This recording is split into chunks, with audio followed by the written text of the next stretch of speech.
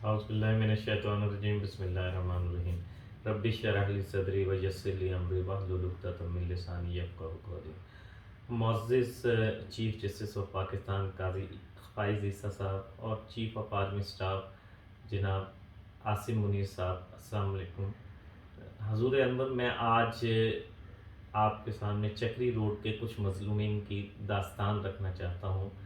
ये वीडियो मेरा बनाने का मकसद एक बहुत ही मिस्कीन मुलाजिम है जो एक प्राइवेट हाउसिंग स्कीम में काम करता है, जो पीटीएनटी से रिटायर हुआ और जिसके कुछ थोड़ा बहुत जो पैसा मिला था वो बच्चों की पढ़ाई पे, घर वर पे खर्च कर बैठा। अब एक छोटी सी मुलाजमत एक प्राइवेट हाउसिंग स्कीम पे करता है। तो उन्होंने बार बार मुझसे कहा कि जावेद भाई, रिक्वेस्ट कीजिए अपने चैनल के थ्रू कि अगर हमारी नौकरियां जाती रहीं तो हम क्या करेंगे। उसके अलावा हजूर अनवर, दूसरा मैं हूँ काजी जावेद।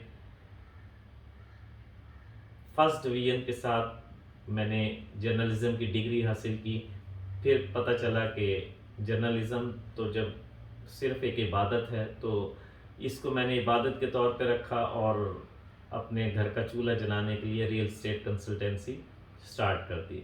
तो अब आप ये समझ लें कि मैं रियल स्टेट जर्नलिस्ट और कंसल्टेंट हूँ।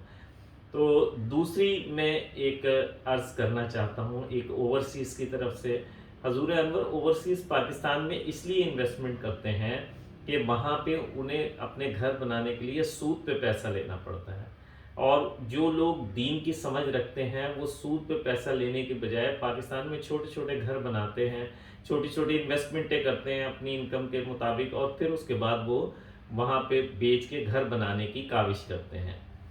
तो तीसरी मैं आपसे एक मज़लूम की अर्ज़गुज़ार करूँगा, एक हाई मैनेजमेंट एक हाउसिंग स्कीम की, जिसने मुझे रिक्वेस्ट की कि आप ये हमारी तरफ से एक रिक्वेस्ट करें कि जो लोग गैर कानूनी हैं उन्हें बताया जाए कि उनमें क्या लाकानूनियत है, क्या हमने लोगों को फैसिलिटीज़ नहीं प्रोवाइड कर रहे हैं, हम डेवलपमेंट नहीं कर रहे, या हम किसी किस्म का कोई ज़मीन डिफ़ॉल्टर हम लेके बैठे हैं, हमारे नाम ज़मीन नहीं है। हजूर अनवर, ये तीन मज़लूमों की दास्तान नहीं है बल्कि एक तीन तबकों की दास्तान है।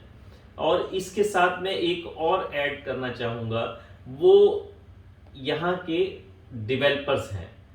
हजूर अनवर, डेवलपर बेशक बहुत कमाते हैं, लेकिन कितना भी कमाए लेकिन वो पाकिस्तान में एक एनजीओ के तौर पे काम कर रहे हैं। जैसे कि तमाम हुकूमतें वादे करती आई हैं आवाम से कि हम आपको रोटी कपड़ा मकान देंगे, और नहीं दे सके। ये कम से कम लोगों को कम कीमतों में, किस्तों में, थोड़े थोड़े पैसे करके लोगों को प्लॉट मकान बनाने की सहूलत तो प्रोवाइड करते हैं। खुदारा इनको भी ज़्यादा तंग ना किया जाए। अगर इनमें से कोई कानून का पाबंद नहीं पाया जाता, उसके डॉक्यूमेंट्स पूरे नहीं हैं, तो उसे सरजनिश की जाए और उसे बजाय बल्कि सज़ा दी जाए और उसे ब्लैक लिस्ट किया जाए। और अगर उसके डॉक्यूमेंट्स पूरे हैं, वो तमाम डेवलपमेंट कर रहा है, तो उसको फैसिलिटेट किया जाए ताकि आइंदा वो इंकरेज हो सके और लोगों को ज़्यादा ज़्यादा फैसिलिटीज़ प्रोवाइड कर सके।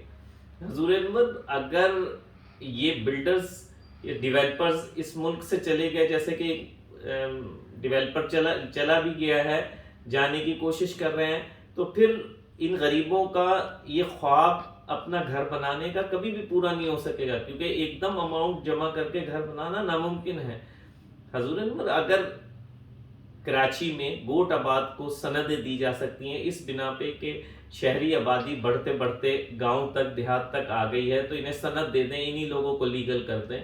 अगर शहराए दस्तूर पर किसी प्लाजे को इस वजह से कि वहाँ इन्वेस्टमेंट हुई है उसे ओमिट किया जा सकता है, तो यहाँ पे भी हजूर अनवर हज़ारों नहीं लाखों मुलाजमीन, लाखों इन्वेस्टर और लाखों गरीब लोग यहाँ घर का ख्वाब सजाए इन्वेस्टमेंट थोड़े थोड़े पैसे करके कर रहे हैं, वो भी बर्बाद हो जाएंगे। वो मुलाजमीन जो यहाँ काम कर रहे हैं वो भी बर्बाद हो जाएंगे और बिल्डर यहाँ से चला जाएगा।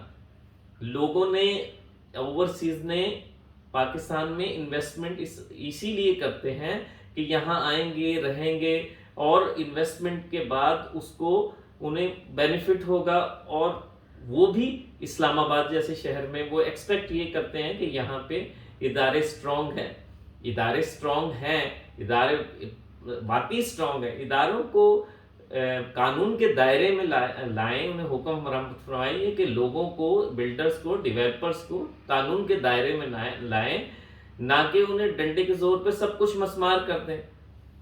خدا را اس بات پر غور کیجئے۔ میں آخر میں، ویسے تو قاضی فائز عیسیٰ صاحب کی بھی سوشل میڈیا پہ میں نے کافی ساری دینی خدمات دیکھتا ہوں، اور حافظ صاحب کا تو، عاصم منیر صاحب کا تو میں اگر کوئی بات کہوں تو سورج کو دیا دکھانے والی بات ہوگی۔ میں دو چیزیں آپ سے عرض کرنا چاہتا ہوں۔ ایک تو یہ کہ اللہ کے بہت لاڈلے ہوتے ہیں غریب لوگ۔ اللہ انہیں غریب اس لیے ہے کہ انہیں دنیا کا سسٹم چلانا ہے، بہت سارے کام کرانے ہیں، لیکن اللہ کے بہت قریبی ہیں۔ اللہ حکم فرماتا ہے کہ اگر مجھ سے کوئی کام ہے تو صدقہ دے کے آؤ، اور صدقہ کنہیں دے کے آؤ؟ غریبوں کو دے کے آؤ۔ دوسرا، میں نبی کریم صلی اللہ علیہ وسلم جب اس دنیا سے پردہ فرمانے لگے تو آپ جبریل امی حاضر ہوئے، یا رسول اللہ اسرائیل آنے کی اجازت چاہتے ہیں۔ اسرائیل آئے، آ کے عرض کی یا رسول اللہ، اللہ نے کہا ہے کہ اگر پہلی دفعہ اللہ نے کہا ہے کسی کو اجازت لے کے جانا، اگر آنا چاہے تو لے آنا، نہ آنا چاہے تو چھوڑ آنا۔ تو آپ نے فرمایا کہ اگر میں نہ جانا چاہوں تو اسرائیل علیہ السلام نے کہا میں چھوڑ جاؤں گا۔ تو آپ نے فرمایا کہ پھر اللہ سے پوچھ کے آؤ کہ میری امت کے ساتھ کیا کرے گا۔ اور جب آپ اس دنیا سے پردہ فرمانے لگے تو آپ نے فرمایا کہ میرے مسلمانوں، دو چیزوں کو کبھی نہ چھوڑنا، اے میری امت، دو چیزوں کو کبھی نہ چھوڑنا، ایک قرآن کو، اور ایک میری امت کے غریب لوگوں کا خیال رکھنا۔ یعنی اللہ اور اللہ کے رسول کو یہ غریب لوگ اس قدر پسند ہے۔ میرا ویڈیو بنانے کا بھی مقصد یہی ہے، اور میں تمام چکری روڈ کے متاثرین سے التجا کروں گا کہ وہ اس ویڈیو کو زیادہ سے زیادہ شیئر کریں، تاکہ یہ دونوں صاحبان تک کسی ذریعے سے پہنچ سکے، اور ان کی داد رسی ہو سکے، اور ان کے غموں کا کچھ مداوع ہو سکے۔ السلام علیکم ورحمۃ اللہ۔